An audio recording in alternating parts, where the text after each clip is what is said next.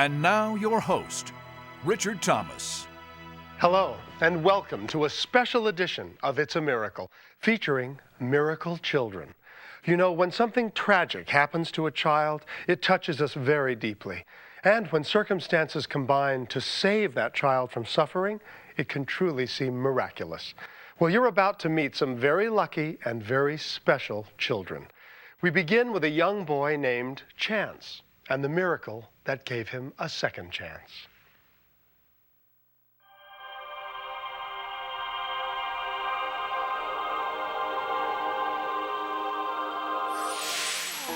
When a friend of Sterling Hill's found a stray running loose in the small town of Zephyr, Texas, he knew exactly where to take it.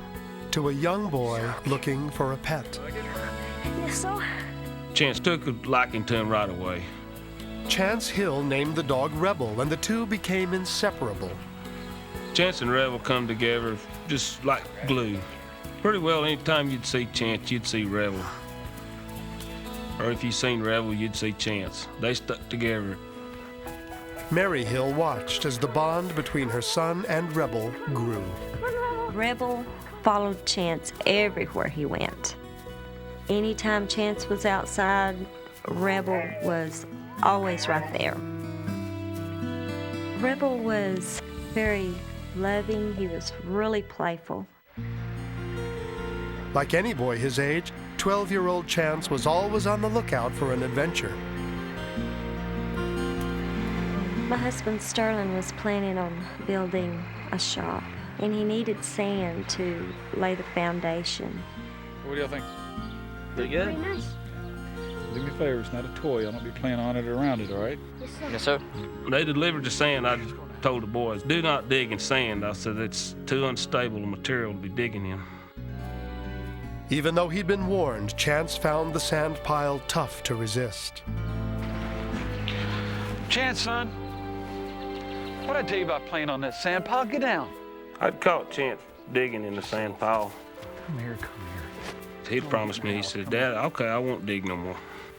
I never caught him digging again after that time. Chance tried to keep his promise, but eventually the temptation proved too great.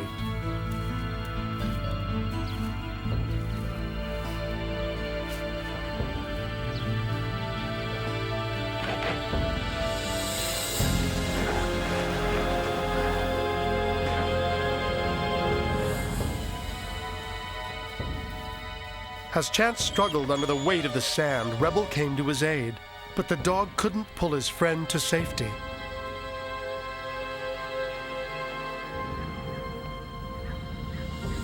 Unaware of the tragedy unfolding outside their home, Mary and Sterling went on with their daily lives. I told Sterling that I needed to go by and pick up this birthday gift that a friend of mine had got me, and he said that's fine. That sounds good. Be careful. Happy birthday, baby. As I was walking out the door, Rebel was standing directly in the doorway. Sterling! And he had sand all over his face. He's been out there digging in that sand pile is what he's been doing. When I saw Rebel, I jokingly said, "You're in trouble. You have been messing with that sand, and Daddy's gonna get you." He's a mess. Y'all are great. And he just cocked his head sideways and just looked at me. Hours later, Chance had still not returned home, and his brother Justin sensed that something was wrong. I went out and looked for Chance in the field. I looked everywhere and I couldn't find Chance anywhere. Hey, Dad. Hey, son, what are you doing home so early? I can't find Chance. What do you mean you can't find him? It's dark outside. What, did you call him? Just here, call JR. My dad had me call some of Chance's friends, but he wasn't there. Then my dad called my mom and told her that she should get home. Mary, honey, I need you to come home. We can't find Chance. By the time Mary arrived home, it had been nearly 2 hours since anyone had seen the young boy. Have y'all found him?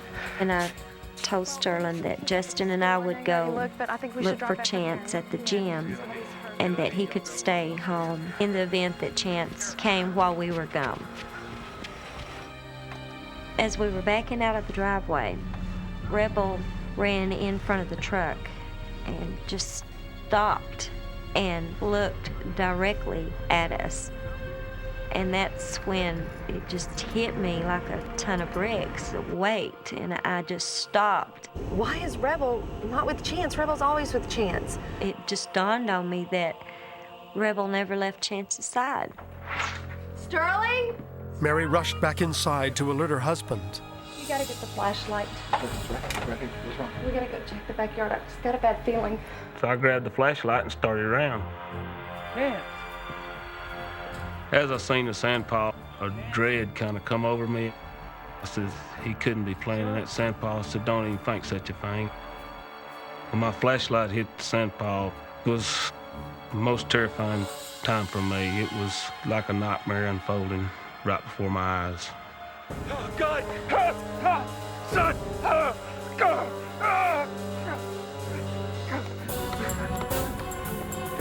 Mary!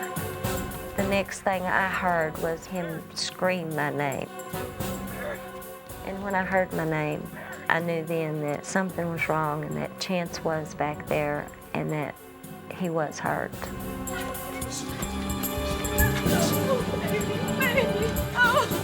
Chance was not breathing. I'll never forget seeing the look on Chance's face. I mean, I knew he wasn't alive. His body temp was very cold. His heart was not beating. No pulse that I could find anywhere. I really didn't have a good feeling at that point. I was very, very upset. Knowing that the nearest ambulance was at least 20 minutes away, Sterling began CPR. I knew that this is his only chance to make it, and I had to give what I had. It was just going from worse to worse. Chance didn't respond to nothing. I really and truly thought Chance was gone. I thought we'd lost him.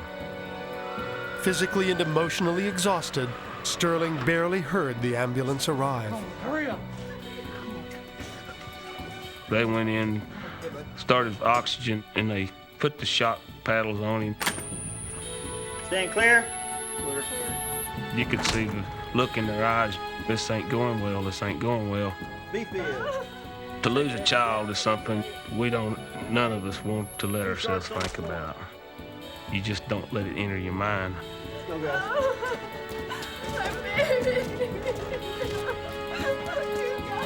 My husband, he said, Mary, we may have to prepare ourselves for what they're going to tell us when we get to the hospital. And I just couldn't accept that, and I wasn't going to accept that. I just thought, what we need here is a miracle. Chance was rushed to the Brownwood Regional Medical Center, where his parents arrived minutes later. The chaplain and social worker met me at the door. When I saw them, I just thought there's only one reason that they would have a chaplain. I just told them, I said, I know why you're here.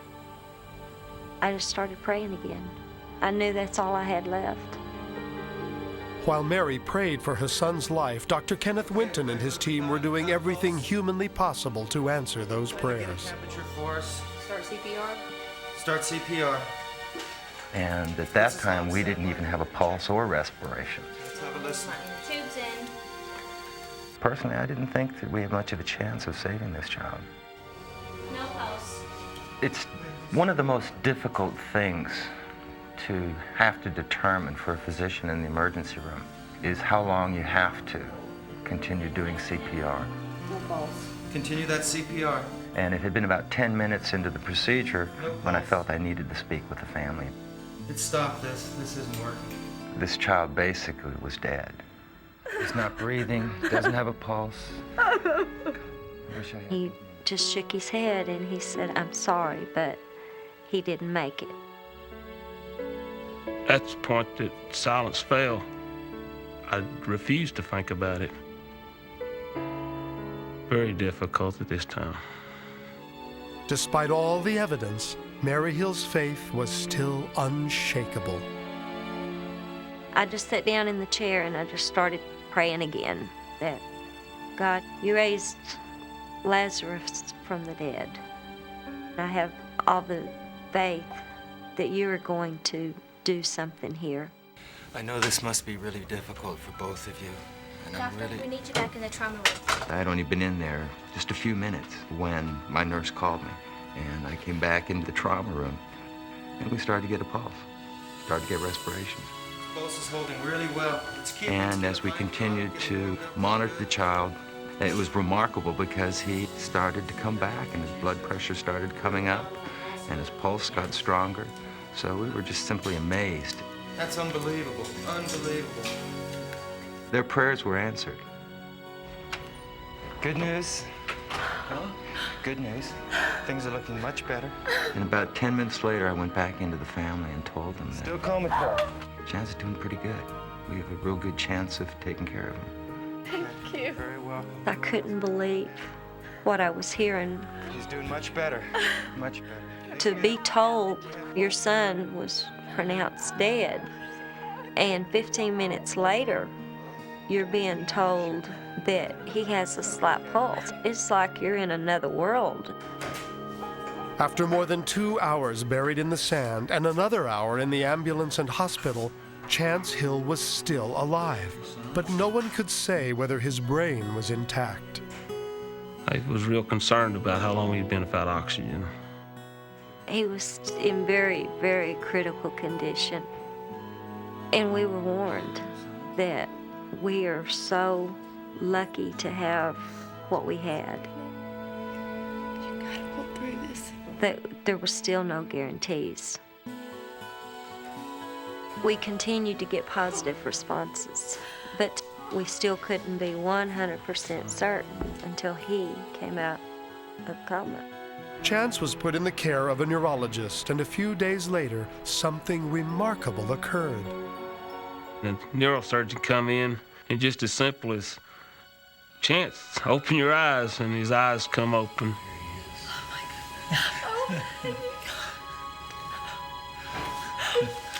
And then he told him to hold up 2 fingers, and Chance just held up 2 fingers just like that. It's gonna be okay. He says, he's fine, his brain's fine. That was just breathtaking all right there. Love you. You've been great. I remember waking up in the hospital.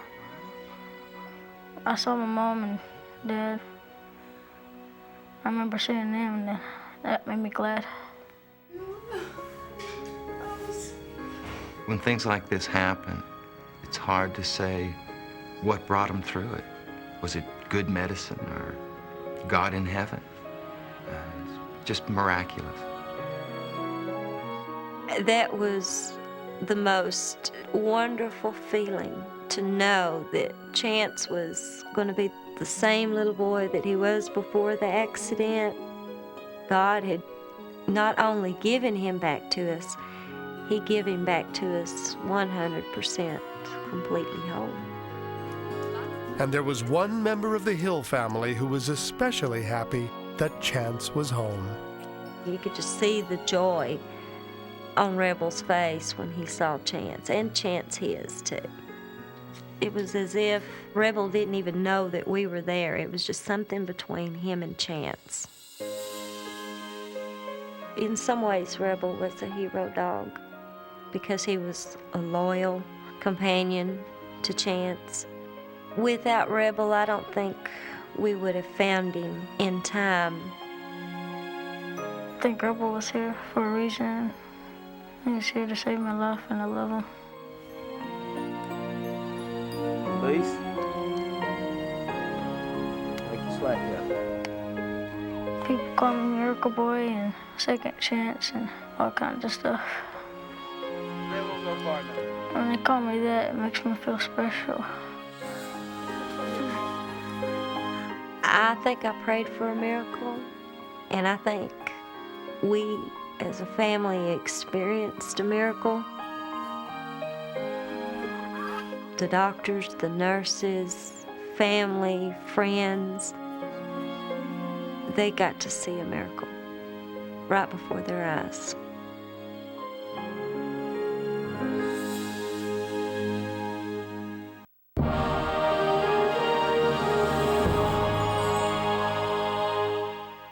The young girl in our next story was a 4th grade student when she learned a valuable lesson that would one day become responsible for a miracle. It's a lesson we all should learn. For like the child in this story, it could mean the difference between life and death.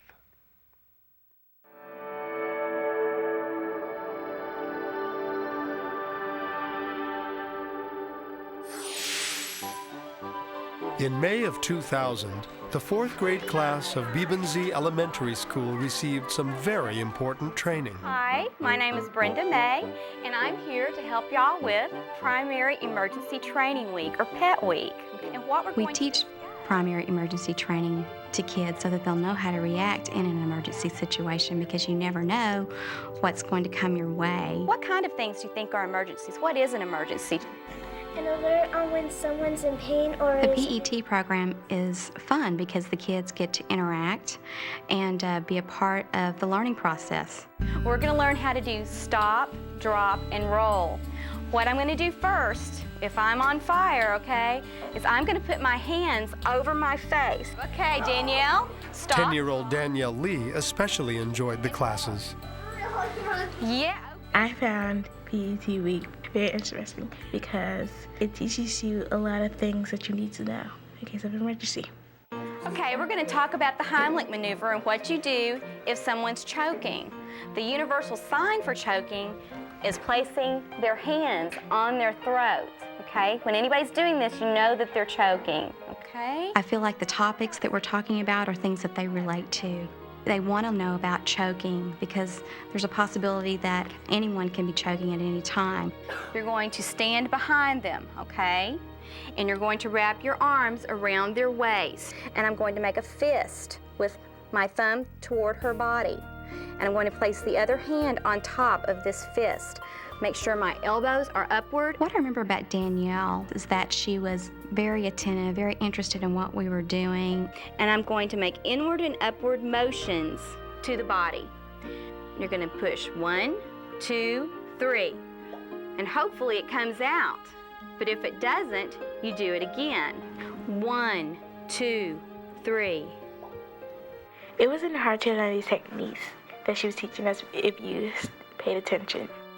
Just remember, if you're ever in an emergency situation, just stay calm. Now go enjoy your recess. Little did Danielle know that what she'd learned in class would soon mean the difference between life and death. 1 week later, her mother Rochelle was picking up Danielle's 4-year-old brother Brandon from daycare. Long day. You tired too? It was an ordinary day. I picked Brandon up and we just get in the car and just start talking about what happened today. Jesus loves me, this I know. Oh. We sing our favorite songs together and we laugh and we joke. We just have a good time together. That's our personal time for the two of us before we pick up Danielle. Their next stop, the Boys and Girls Club, where Danielle participated in after-school activities. I do give her a hug every day and I give her a kiss and I tell her I love and how much I missed her. Bye! Another part of their daily routine was making a mad dash to the car. First one to the car is the winner, last one to ride it. Brandon gets in front of us. We always give him a head start. Run! I'm giving you a head start. Then I'm gonna pass you. It's fun racing to the car. We get all excited. Look at Brandon, he's trying to win. Oh, man. You always win. Good job, bud. We got to the door. I unlocked the door. Danielle went to her side to get in and buckle. And I proceeded to buckle Brandon up in his car seat. Always in the back, losing.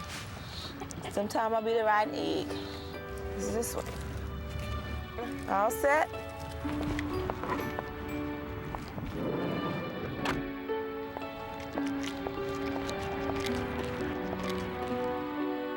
As they pulled out of the parking lot, little Brandon began choking. Mama, Brandon's choking! Mom, Brandon's choking! Brandon, what's wrong? I didn't know what was wrong. But I knew something was wrong with my baby because he wasn't saying anything. Oh, God. Danielle, can you get him out? Brandon. He couldn't breathe. We know he couldn't breathe. He couldn't cry. He couldn't do anything. And I just started patting him because I know it had to be within his throat. Give it to me, Mom. You don't have it. Give it to me. She started to pat him on the back, but I knew it wasn't gonna work. She was hollering like, Mom, don't pat his back. You never pat anyone's back if they're choking. And she's like, let me do it. And I just like gave the baby over. With her brother's life in her hands, Danielle quickly began the emergency technique she'd learned just a week before. And I'm going to place my other hand over the fist. It was very hard to do it on Brandon because he's very small. I did it once, it wasn't working. At that time, I was very, very scared. What if I lost him? And hopefully it comes out. But if it doesn't, you do it again. After the second time, and it didn't work, I was afraid it wasn't gonna work. Oh my God! I was screaming for help, but no one could hear me because no one was around. I don't think I've ever been that scared in my life. Give it back, Danielle. It's not working. But she didn't. She tried again. She tried for the third time. On the third time, I tried very hard. 1, 2, 3. He coughed. The candy came up. And I just started hollering, Danielle, you did it. You did it. It's out. And we just like grabbed each other and just embraced and we cried and we hugged and we was thanking God the whole time. Danielle was my angel that day because she saved her brother's life. I was very excited that I did something special. When word reached her teacher, Brenda May paid the family a visit.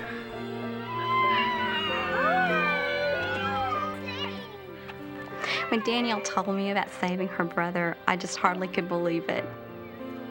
I really feel like this was just a miracle that we taught the course a week before Danielle needed to perform this on Brandon. The PET program is the best thing I think that the school has right now.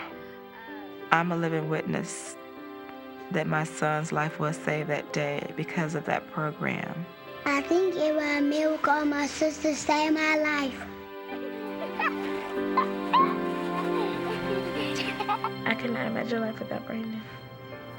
I think I was Brandon's guardian angel that day. Move your face.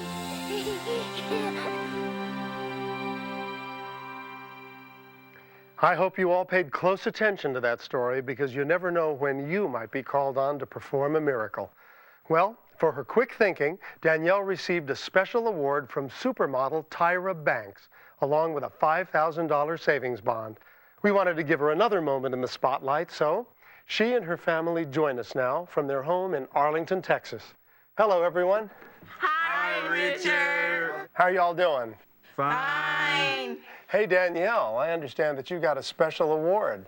Yes, I did. I got this award from Tyra Banks. I also matter.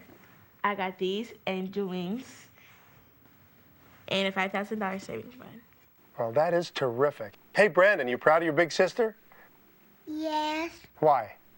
because she saved my life. Yes, she did. And Dad, I understand you're a fireman. You must be especially proud of Danielle. I'm very amazed to what Danielle did, being her age and having the maturity to stay calm and save her little brother's life. I'm very proud of her. Well, we all are. Rochelle, the producers told me that you had something you wanted to say to the volunteers of the PET program. Yes, I would like to say thank you to all the volunteers that had anything to do with the training at BBC Elementary, and I would recommend that other parents get this into their school. Excellent. And I want to thank you for sharing your story with us. You're welcome. Goodbye. Good night.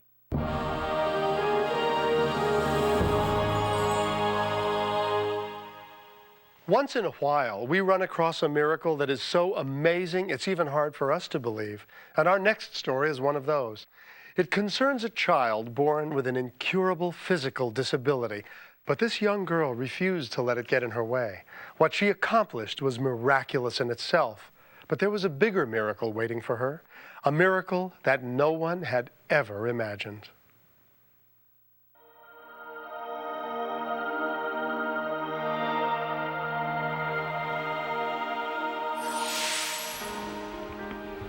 Well, doctor, I don't know what's wrong with her. When Amy Houts was just 4 months old, her mother Sharon discovered that she was suffering from a disturbing condition. Pretty much since she was born. I noticed that her eyes would constantly wiggle, and it was a real concern, so I took her to her primary doctor at that time. Let's take a look inside there. His examination uncovered a coloboma, or severe gap that affected the development of her retina and optic nerve. Dr. Keith Burkhart was Amy's optometrist.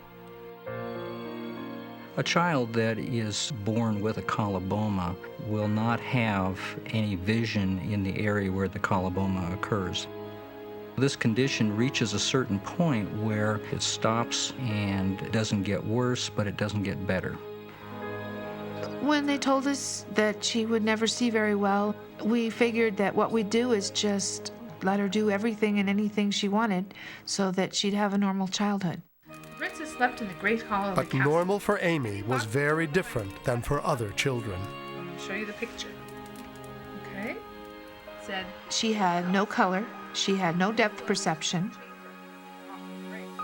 The only thing she could see is 3 to 5 inches in front of her nose. disappeared with a hot drink, saying, When we say she had vision, she really didn't have that much vision. She had lights and shadows. She also had a very positive attitude and embraced life, seemingly unaware of her handicap. "How pretty you are." Her development was perfectly normal. We never treated her any different than anyone else. She was such a happy child. But as Amy approached school age, it was suggested that she be placed in a facility for the blind. When I was told that she should be enrolled in a blind school, I told the lady there was no way I was ever going to teach my daughter to be blind. That wasn't fair to her. She had her whole future ahead of her. I was going to work as hard as I could to teach her how to be normal, to get along in a normal world. I really believe that everybody can do anything if they figure out how to do it. Okay, boys and girls, who would like to read this sentence for me? How about Amy? Amy's lack of vision did not translate into a lack of intelligence or eagerness to learn, and with the help of family, friends, and teachers, she excelled. See, draft, run. I didn't let it bother me. I think I was too young to really realize that I was that different. Out their book that's on your desk. I just basically asked a lot of questions. That was my main way of doing it, but I did have other tools. Jim was very strong. I used some magnifying glasses, and I had paper that was extra big lines and had extra dark lines so that I could tell where the lines were. I wasn't gonna let my eyes stay in the way. I was pretty stubborn. Amy was a straight A student, honor roll, all kinds of awards. She'd try anything, she'd do anything. Learning to ask for help was the most difficult thing for Amy to do. From last time, ladies and gentlemen, remember we were talking about chemical reactions. Amy's astonishing progress continued until shortly after entering high school, when she faced a new challenge that no one had expected. I'd always had good days and bad days with my sight. Reaction producing a gas. Some days it'd be harder for me to see things. They'd be foggier, or it seemed like everything was a little bit darker. And you have your beaker with vinegar, and just add the whole thing in there and tell me what you guys see. During October and November of my freshman year, it just seemed like I had a lot more bad days than good days. I'd have to strain my eyes a little bit more, I'd get more headaches. One morning, I got up and my vision was gone. I couldn't see anything. Can you see any fingers at all? No. No fingers at all. Virtually overnight, Amy had gone completely blind. Dr. Burkhart told us that the retina that had been healthy in the past was now starting to disappear. And we said, modern medicine is so amazing nowadays. Isn't there anything we can do? He said, no. She was going to be blind the rest of her life. I don't have an answer as to why this has happened. It's not something we would typically expect.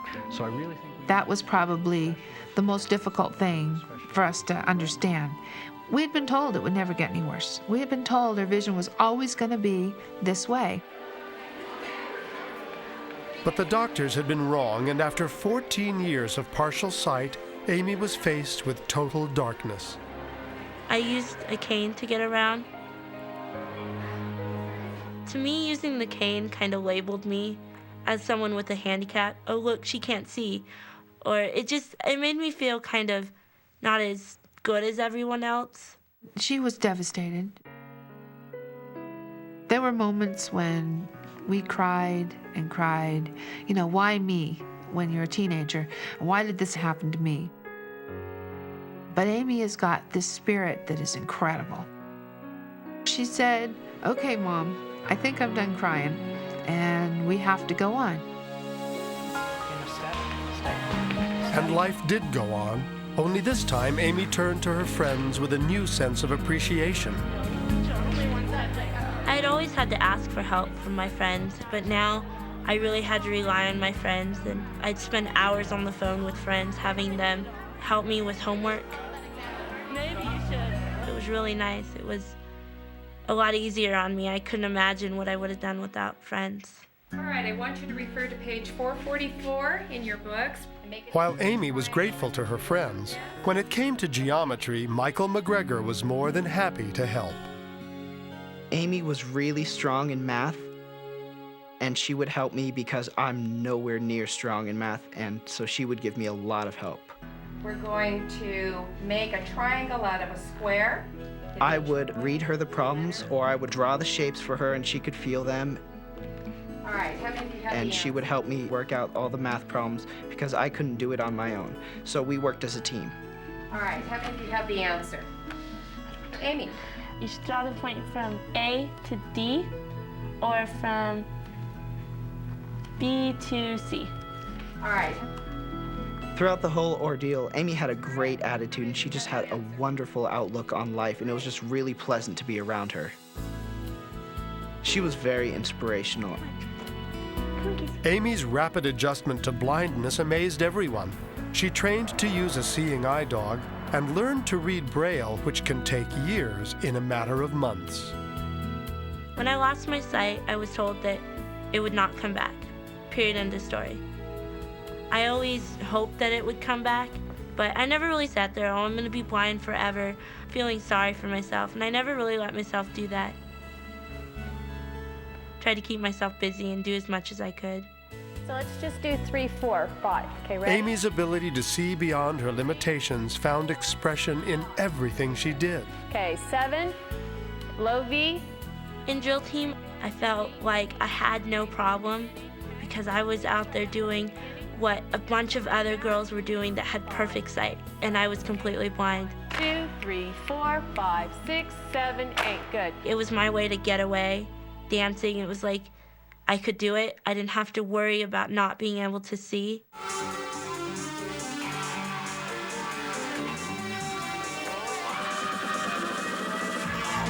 Amy's joy in dance was inspiring to everyone who witnessed it. Her teammate, Sarah Potts, was especially impressed.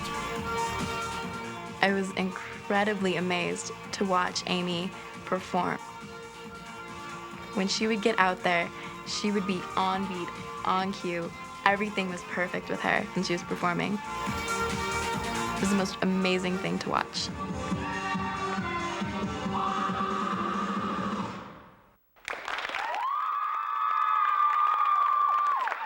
She was so well adjusted. I think she helped all of us be well adjusted. She didn't let us fall apart.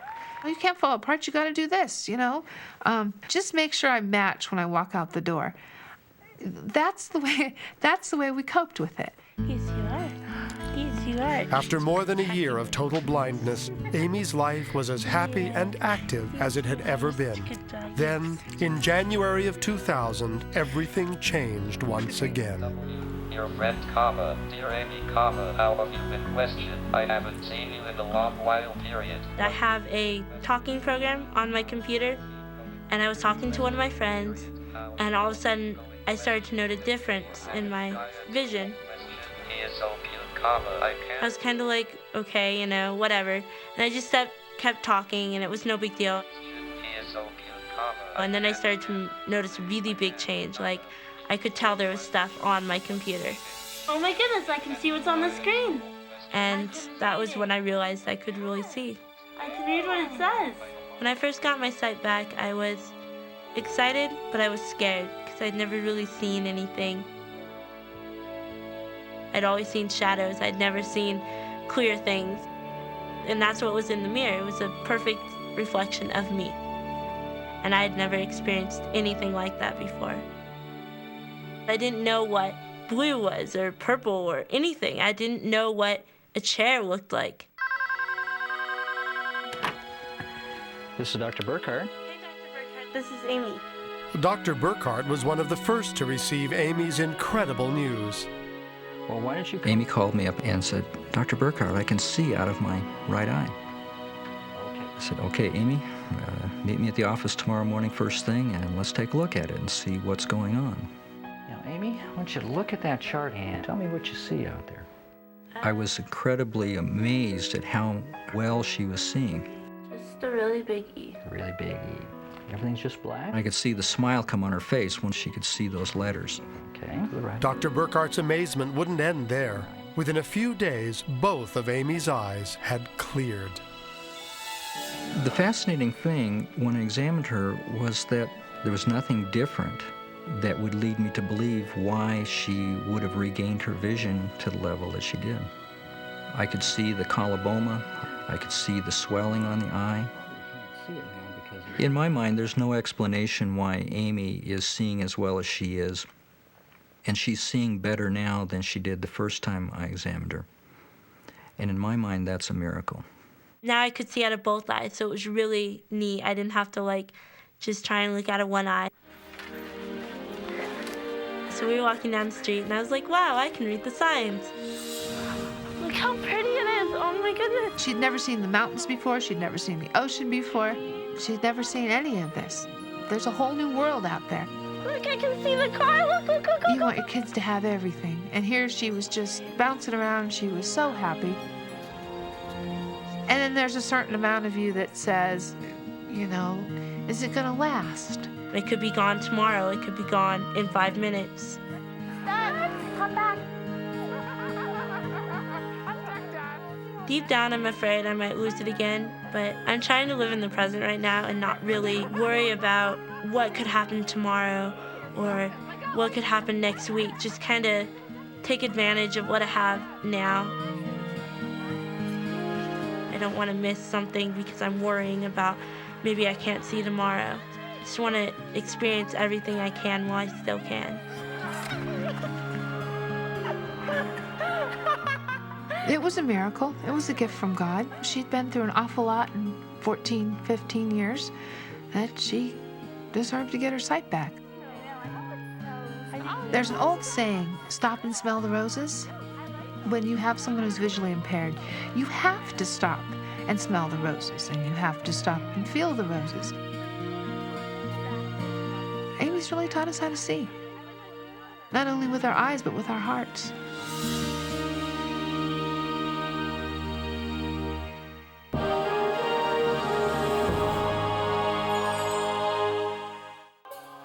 Well, that's our show for now. Thank you for joining us. And a special thanks to all the people who shared their remarkable stories on It's a Miracle. It's our hope that whenever you need one, you'll find a miracle in your life too. Until next time, I'm Richard Thomas. Goodbye.